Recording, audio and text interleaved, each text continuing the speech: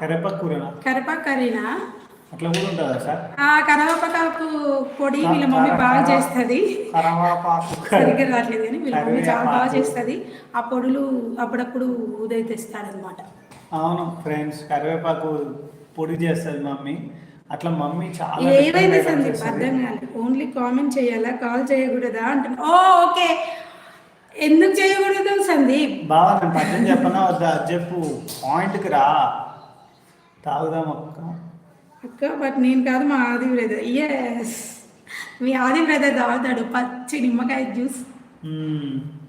నేను కూడా తాగుతా ఫ్రెండ్స్. ఇప్పటికీ నిమ్మకాయలు ఉంటే అదే చేయాలనుకుంటాను నేనైతే. సో నేను పద్యం చెప్పాలా వద్దా? అది కామెంట్ చెప్పండి అబ్బా.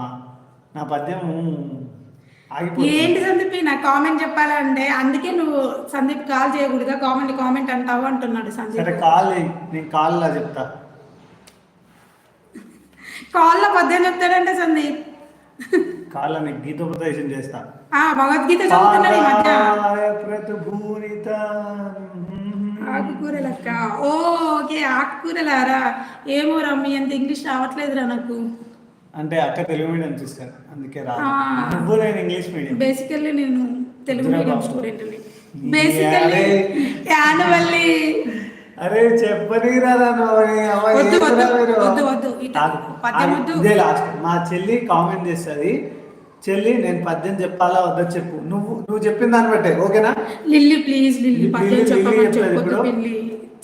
చెప్పనయ్య పద్యం కాదు. ఎస్ హ్యాండ్సమ్ గా ఉన్నావు. థ్యాంక్స్ రా.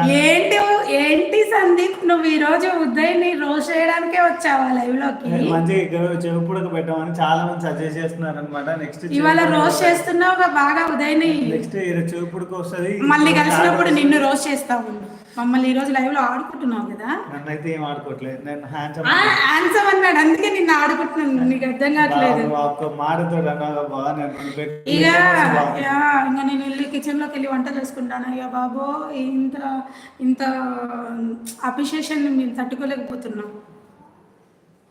ఒక్క మాట చాలు బావ, నా కడుపు నిండిపోయింది. నేను తినడిగా అయిపోయింది, ఆల్రెడీ తిన్నామా. సో పద్యం వచ్చేసి చెప్పనా? వద్దు లిల్లీ, వద్దు అని చెప్పవాలి. Basically Telugu medium. మనం బేసికల్లీ తెలుగు మీడియం లిల్లీ. నేను టెక్నికల్ ఇంగ్లీష్ మీడియం లిల్లీ.